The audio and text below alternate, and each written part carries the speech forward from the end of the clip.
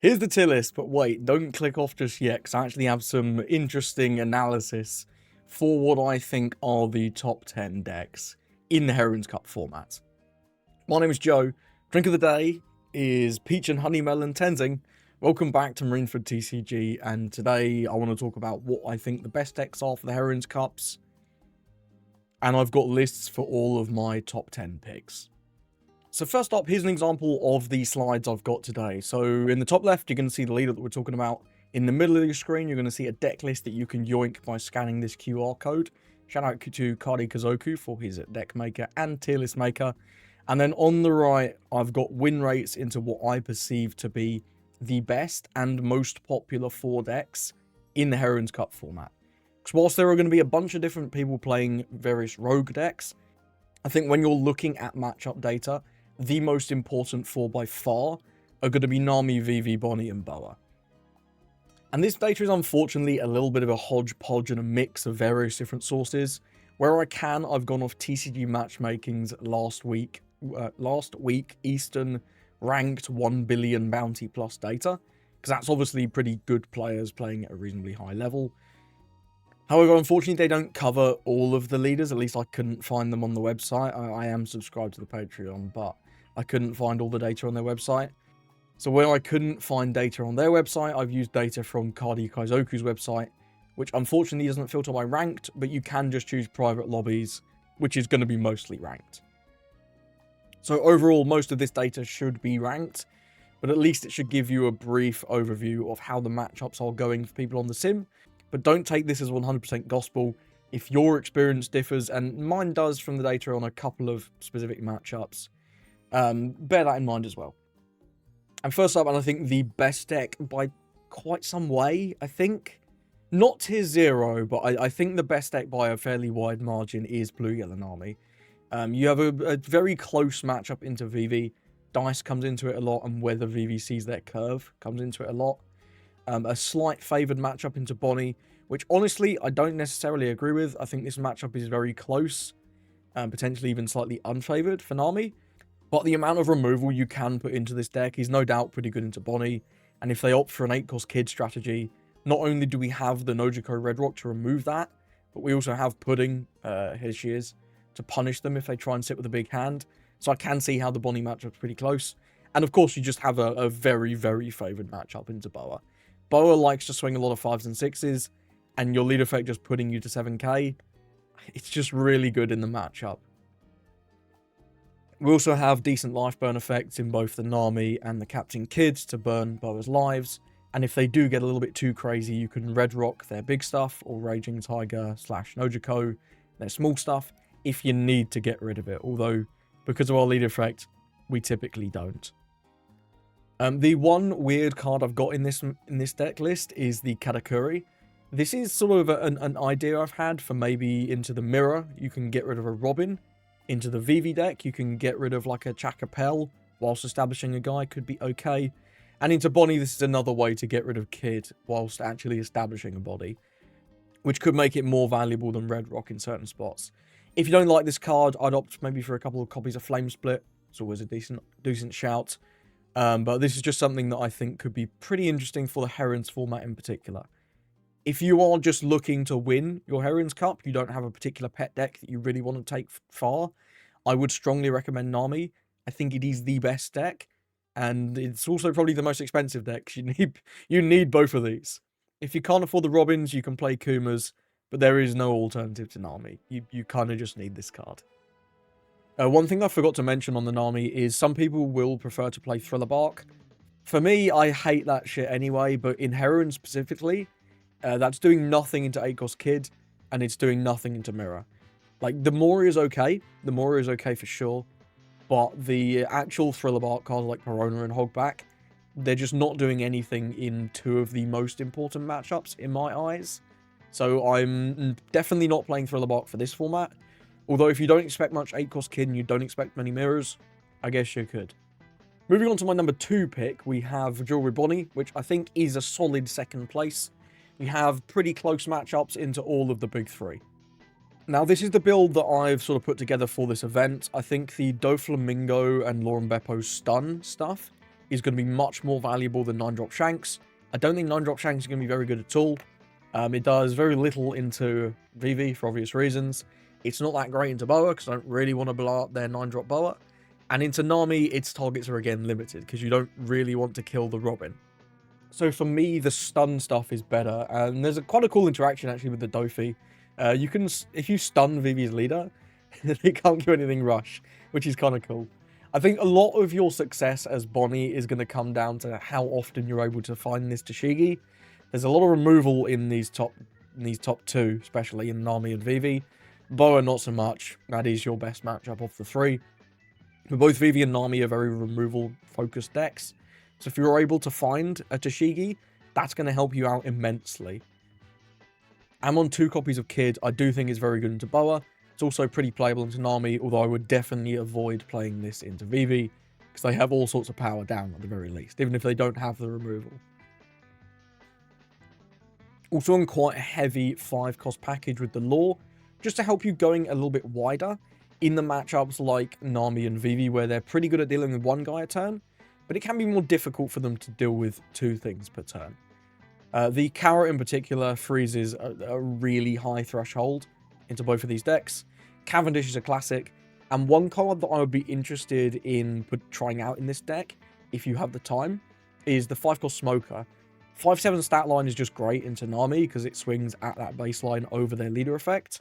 It's another way to restand a Dom, which is pretty cool. And of course, the Banish is really good into, especially Boa, but can also come up into Nami for sure. So 5-cost Smoker is something I'd be interested in trying out in this list. Another card you could look to include is the 3-cost Bonney. There's a lot of cards you can look to include in Bonney, and finding the right ratios is always the hardest thing. For me, for this event in particular, I've gone very heavy on the stun, because I think the stun is going to be very useful. However, if you disagree, feel free to change up this list somewhat. Moving on to my number 3 pick, we have Nefeltari Vivi, which is the new leader out of the new set. And this list is a little bit different to those that you might have seen, because in this format in particular, I think the Shanks is actually just a little bit worse than in Constructed. Into Nami, you don't really want to KO the Robin, right? You don't really want to KO the Nami, so you're stuck KOing Kid sometimes with the Shanks. Into Boa, again, you don't really want to KO the 9-cost Boa, especially because they've presumably already burned one of your lives. You've probably taken a damage, and that could easily put you to 0. The one matchup where the Shanks is really good is Green Bonney. Yes, they play removal protection. It is what it is. But Shanks removes pretty much everything they play, including 10-cost Dofi, which is very relevant. And obviously in a Vivi mirror, it's completely useless because of your leader effect. So for that reason, I've sort of gone for more of the blue removal. I've got 3 of the Mihawk and 3 of the Jinbei. Unfortunately, neither of these can quite remove things like Boa's 9 costs. But the Mihawk being able to bot deck things like Ben Beckman in a mirror, or things like Robin into the Nami deck seems pretty good. And the Jinbei can bounce the same things that Mihawk can bot deck whilst drawing you a couple of cards, which is really quite cool. I do still have 2 of the Chaka and Pell, because I am playing the Igaram and the Vivi Searchers. So a couple of this guy seems pretty decent. Double attack can be pretty clutch if your opponent's a very low hand size, and it refills your hand a bit as well. And I have put in 3 of the Kobe, and the reason this is Kobe and not Cavendish is mainly because of Nami. Into the Nami matchup, this can KO the girl, which if you are forced to go second, that's pretty good. Like, yeah, they can Nojiko this, but if they're Nojikoing this, they're not playing out that 5-cost Nami on 5, so their curve is off whack. And then you get to drop your 5-drop combo before they've established a meaningful character. And if they don't Nojiko this, then you can get rid of the young girl and potentially make their 7-Don turn a little bit awkward if they want to play Robin, because they won't have a Don in their leader. At least that's the theory. Into Bonney, this can also just deck little Searchers, Koshiros if they're playing cards like that, the Rosnante blocker. And into Boa, the Kobe can get rid of their Slave Arrow targets like Hiyori and Grandma, although it's a little bit less relevant. You do have a pretty rough Boa matchup with this deck, and you do also have sometimes a tough time into really aggressive fast decks. So if you're expecting a lot of people to be playing like Thriller Bark Nami, for example, Vivi might not be as good a pick. I do think you will struggle into Thriller Bark Nami more than traditional Nami.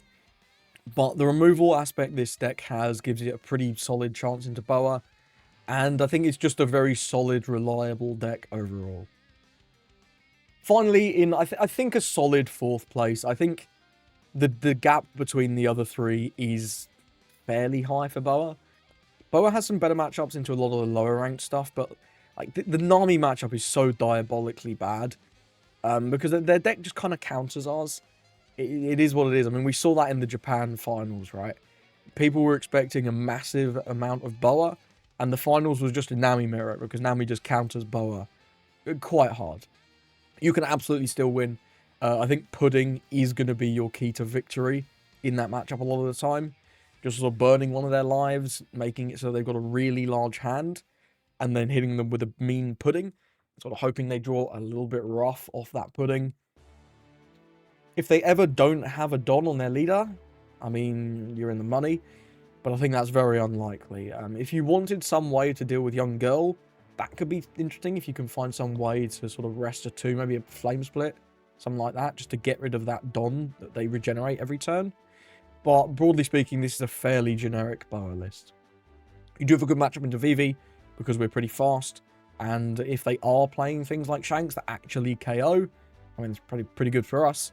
However, I think they will focus more on the Ben Beckman and Blue removal, which is a little bit worse to deal with.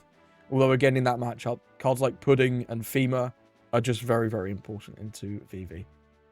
The one tech card I do have is S-Snake. This is specifically for 8-cost Kid. Into the Bonney matchup, 8-cost Kid is probably the worst card for you to see. So if you have this S-Snake for at least a little bit of power reduction, you can reduce it to 6. And then if you've got a Gorgons on the board, well, you can probably just attach 1 Don to everything. You can swing a lot of 6s into that Kid and start applying really good pressure.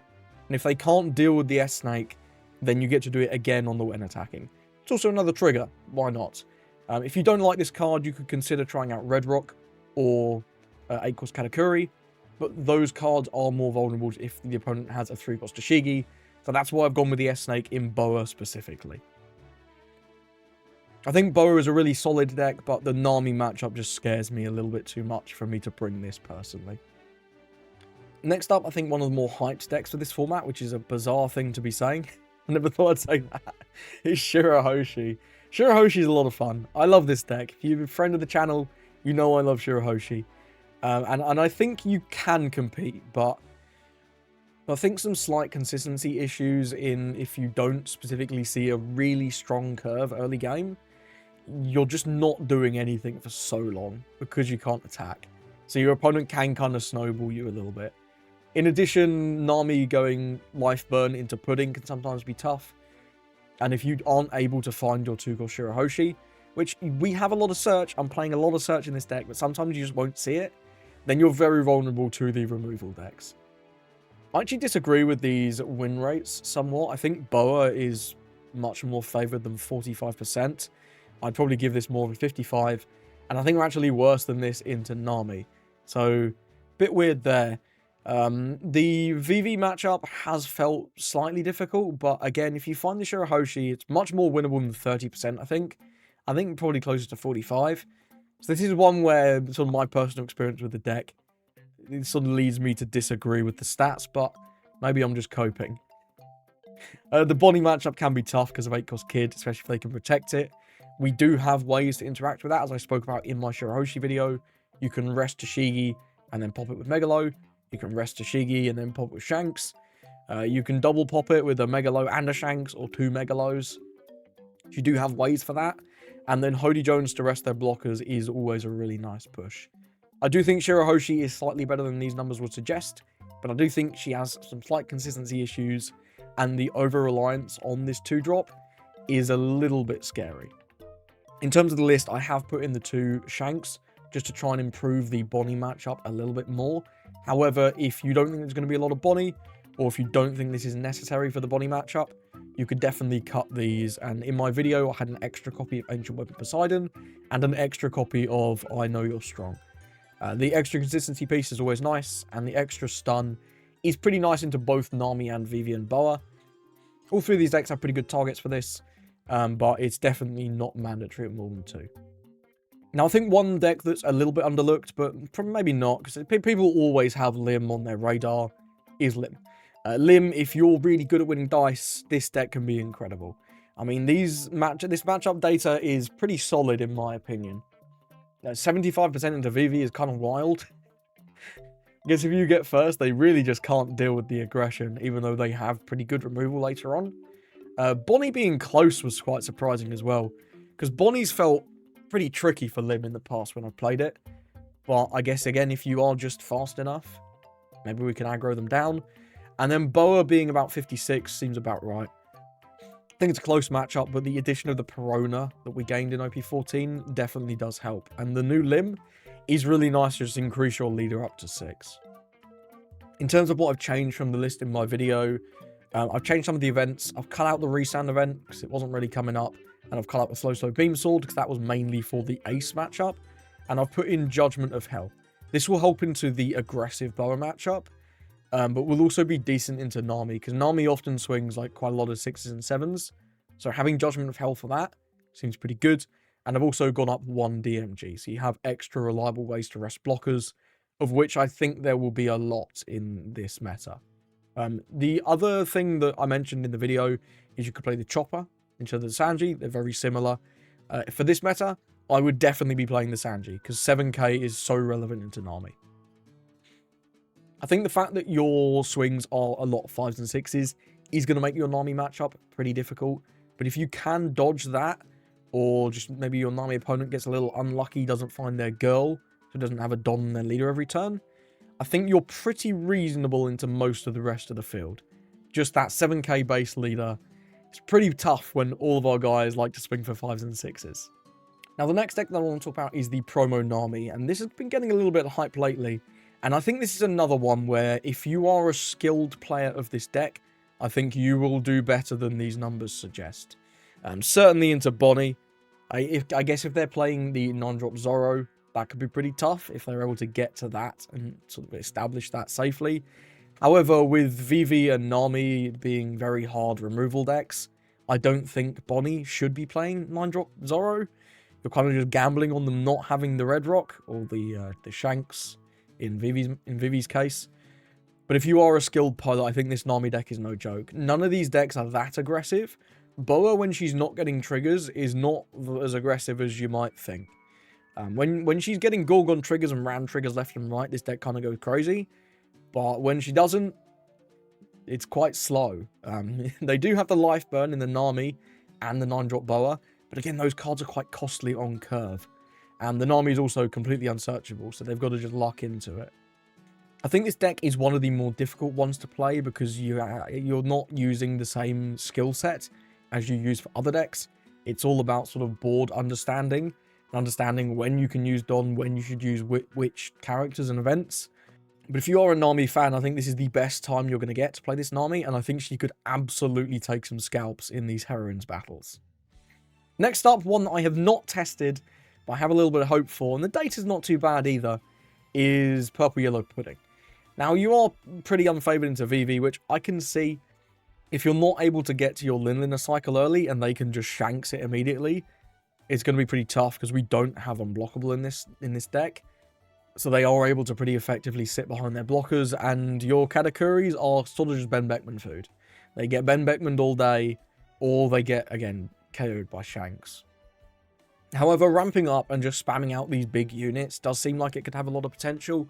We have Divine Departure to deal with Kid, although, to be honest, with 10-mum, Kid's not that big of a concern.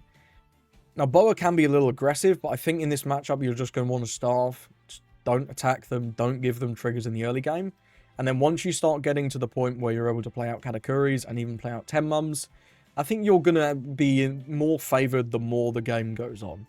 So I think playing a slow, patient game into Boa is going to be the way. I'm not sure quite whether this Bonney matchup is 64%. That's not been my experience with Bonney in the past. Bonney has been one of the more difficult matchups. But I guess if you can just ramp up and play out 10-mums, it's pretty good. And all these big characters are good into Nami, because she has a sort of awkward time removing them. If she's going to Red Rock one of your Katas, it's like not that efficient, because you've only spent 7 Don on it if you played it off Pudding, or 2 if you've played it off this little Kata. And pudding also draws you a couple cards, so you've still got value. And the other card that's nice into the Nami matchup is the new Smoothie, because it flips your life back face down to make your ramp more reliable. And it KOs a 2. KOing Young Girl is really quite relevant in my opinion. So I actually think this Smoothie is better than you might expect. And even into these other decks, right? Into Bonney you can KO Searchers. Into Vivi you can KO Igarum. Into Boa you can KO some of their Slave Arrow targets. So I think this secondary effect of the Smoothie in KOing a 2, a little bit more relevant than you might think. I think Pudding has potential, but until I get a chance to actually test her, I don't think I can put her too much higher on the tier list. But I think this is one of the more promising sort of rogue decks, and certainly one of the better times to be playing Pudding. Now, next up we have Nico Robin, and I think this deck's a lot of fun, but I think you do have some slightly dodgy matchups. I'm not sure the Bonney and Nami matchups are quite as bad as the data would suggest, but they're certainly not favoured. They are some pretty tricky matchups. Nami just kind of nullifies your banish by being able to go to 7, which is not great. And Bonney just being able to establish a whole bunch of blockers is quite tough, because we don't have a lot of rest. We've got Usahachi and we've got Rayleigh, and if you want to run the 7-cost Sanji over some of these cards, you certainly could run that. But they just have so many blockers, it's really hard to break through, whether or not they play 8-cost Kid in the matchup, honestly. This is a list from my video, and if you do want to check out some Robin gameplay, go check out my Robin video that was uploaded a couple of days back. And I do expect to see Robin doing okay at these events, but for me, the Nami matchup especially is just so rough. So I would not be willing to put this any higher on the tier list. And another one that kind of suffers, and you're kind of seeing a bit of a theme, right? Nami is just a bit of, I think she's a bit of a pub stomper in this meta. There's so few decks that can actually compete, because she goes to 7, so she counters all the aggro decks. But with access to Red Rock, she's able to compete into the big stuff decks. Because if she didn't have Red Rock, right, you could go, okay, like I'm going to do a 9-cost Sorrow, and then we're going to swing. And 9-cost Sorrow would be pretty good into Nami. But they just remove it. They go Nojiko on your Tashigi and Red Rock on your Zoro. So all of these decks that could potentially have game into Nami, it's so much harder because of the existence of both Red Rock and her leader effect. They're like the dangerous duo, making this deck kind of have very few direct counters. However, I do think Yamato is a lot of fun. I put up a Yamato video, I think about a week ago. If you haven't checked that out, feel free to go check it out. And this is the list I was playing in that video, except I've swapped the 5-cost Momo for the 6-cost Momo. Because I think the rush, just to apply a bit more pressure, is going to be pretty helpful in the Nami matchup. The heal's not doing a lot. I'm very high on the lore package in a lot of these green decks, just to be able to spam multiple bodies, because I do foresee Raging Tiger counts being lower than potentially in Constructed, just because of the leader effect countering the main go wide deck in Boa. I think double attack banish is still going to be really useful. If you can get it off into Nami, into Boa, into really any of these decks, you're going to be at such an advantage. But with how defensive Nami can be, that's certainly easier said than done. Now back to the tier list. I know the slides were slightly out of order, but this is the order I would place the decks. I think Nami is solidly the best deck. I don't think she's quite in her own tier, because both the Bonney and Vivi matchups are relatively close. But I think she is the best deck in the game, for the Heroines Cup specifically. Bonney, I think, is very solid. It's one of the decks that can compete with Nami. Also has a pretty reasonable Boa Hancock matchup. And can also compete with Vivi. Into all these top 3, Bonney is just pretty reasonable. So for that reason, I'd put her at number 2. I think Vivi at number 3 is reasonable. If you can win dice and go first, you're a lot more favoured into a lot of these decks. But a pretty tough Boa matchup, I think, does make me put her solidly 3rd. And Boa I've got in 4th, just because the Nami matchup is diabolically bad. It's really, really tough. And I think Bonney is also slightly unfavoured as well. So for that reason, just being unfavoured into what I perceive the best deck to be the best deck. And number 2, I've got her in 4th. Below that, we've got Lim and Shirahoshi, which I think are sort of the next step below. These are some really solid decks. I think if you are a skilled pilot of either of these, you can absolutely profit. And it's really cool to see decks that are really weird, like these two, doing quite so well. And another weird deck is Blue Nami, which I think is probably solidly number 7 for me. Although if you are a skilled Blue Nami pilot, I'd potentially put this a little bit higher. This deck's performance, I think, is going to come down to a lot of pilot diffing. If you are good at this deck, you're going to be able to outskill your opponent quite a lot. But there are still some consistency issues with her early game. Then this potential tier, I think you could definitely mix up a little bit if you wanted. Certainly towards the back end of this, a lot of these decks I've not tested, but I think could be pretty reasonable into this meta. Boa, I think, is slightly overlooked. Just because the blue removal is pretty good into a lot of this stuff. You don't activate Boas on KOs. You don't activate Nami's on KOs. But the removal is traditionally pretty good into Bonney. And into Vivi as well. You don't activate her leader effect. So I think Boa could be good. But my problem was when I went to build a Boa deck, it had about 30 bricks in it. And some of the really important cards are unsearchable. So I'm not sure on Boa, but I think she could have good potential. And the same with a lot of these other decks down here, like Sugar, Koala, and Carrot. I just haven't had time to test these decks, but I think they could have potential. So I've put them in sort of this really large tier 3. The ones down here I would not bother with. Sorry, MrMaChONACHOMan, this deck still stinks, man. KO-based removal is just not it in this format. And even though she got that pretty cool new event, I think she's unironically going to be better and constructed than in the Heroines Cup. It's like KO is ass into Nami, because everything has an on-KO. It's ass into Boa, because you take a bunch of lives. It doesn't work into Vivi. So I just don't see what we're doing with this deck in this format, unfortunately. And I think the Uta buffs for both the Uta leaders, which is not quite enough for me to rank them much higher. I think you compare pretty poorly to some of these other green decks, with green Uta at least. Either way, that's my tier list. Let me know where you disagree. Let me know if you think any of the data that I pulled from both Kadi Kazoku and TG Matchmaking. Again, shout out to both of those. And if you want to see more data and deck lists, you could consider subscribing to their Patreons. But yeah, let me know if you disagree with any of the data. I think I pointed out a couple of spots where I think I don't personally agree with it. But it's always a nice benchmark to have something sort of concrete to compare to. Either way, thank you for watching, and I hope you have a lovely rest of your day.